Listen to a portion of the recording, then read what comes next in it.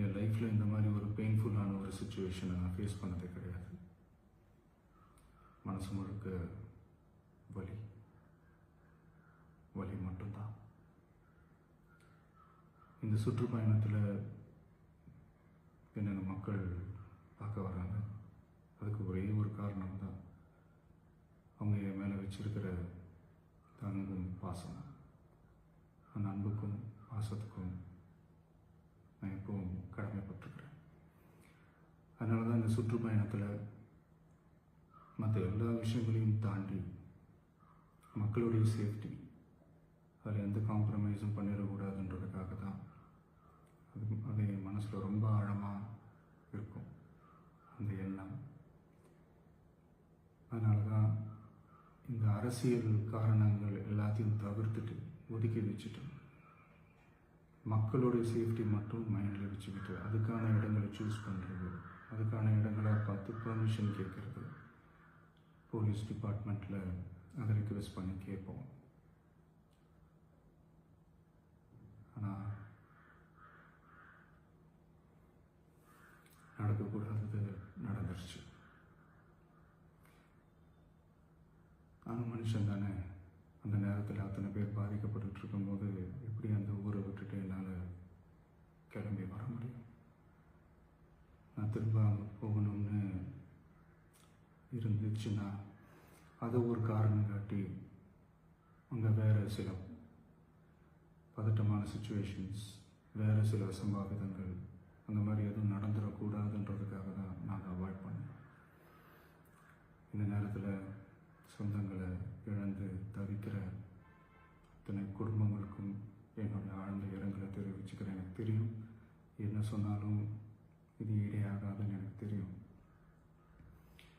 ஹாஸ்பிட்டலில் ட்ரீட் பண்ணிகிட்ருக்கிற எல்லாருமே சீக்கிரமாக க்யூர் ஆகி வரணுன்றதை இந்த நேரத்தில் நான் வேண்டிக்கிறேன்.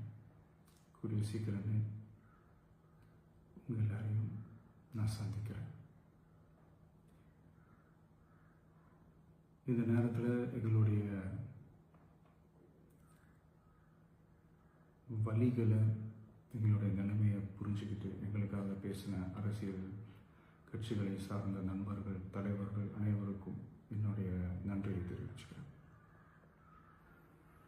கிட்டத்தட்ட ஒரு 5 மாவட்டத்துக்கு பிரச்சாரத்துக்கு போனோம். இந்த மாதிரி எதுவுமே நடக்கல. ஆனால் கரூரில் மட்டும் ஏன் எப்படி நடக்குது, எப்படி நடக்குது?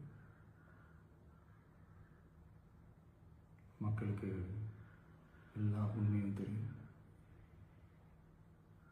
மக்கள் எல்லாத்தையும் பார்த்துக்கிட்டு இருக்கிறாங்க.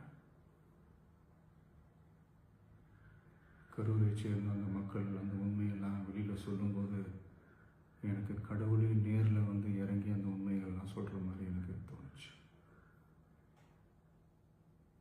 சீக்கிரமே எல்லா உண்மைகளும் வெளியில் வரும்.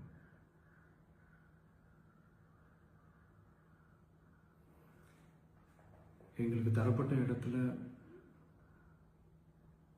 நாங்கள் போய் அந்த ஸ்பாட்டில் நின்று நாங்கள் பேசிட்டோம். அதை தாண்டி எந்த தவறும் எங்கள் சைடில் நாங்கள் எதுவும் செய்யலை. பட் இருந்தாலும் எங்கள் கட்சியை சேர்ந்த நிர்வாகிகள், தோழர்கள் மேலே எஃப்ஐஆர், அது மட்டும் இல்லை சோஷியல் மீடியாவை சேர்ந்த நண்பர்கள், தோழர்கள், அவங்க மேலே எஃப்ஐஆர்லாம் போட்டு இப்போ பிடிச்சிட்டு இருக்கிறாங்க.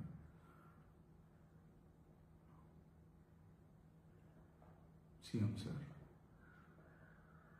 உங்களுக்கு ஏதாவது இந்த பழி வாங்கணும் அப்படின்ற எண்ணம் ஏதாவது இருந்துச்சுன்னா என்ன வேணாலும் பண்ணுங்க. அவங்க மேலே கை வைக்காதீங்க. நான் ஒன்று வீட்டில் இருப்பேன், இல்லை நான் ஆஃபீஸில் இருப்பேன். என்ன வேணாலும் செய்யுங்க. நண்பர்களே, தோழர்களே, நம்மளோட அரசியல் பயணம் இன்னும் ஸ்ட்ராங்காக, இன்னும் தைரியத்தோட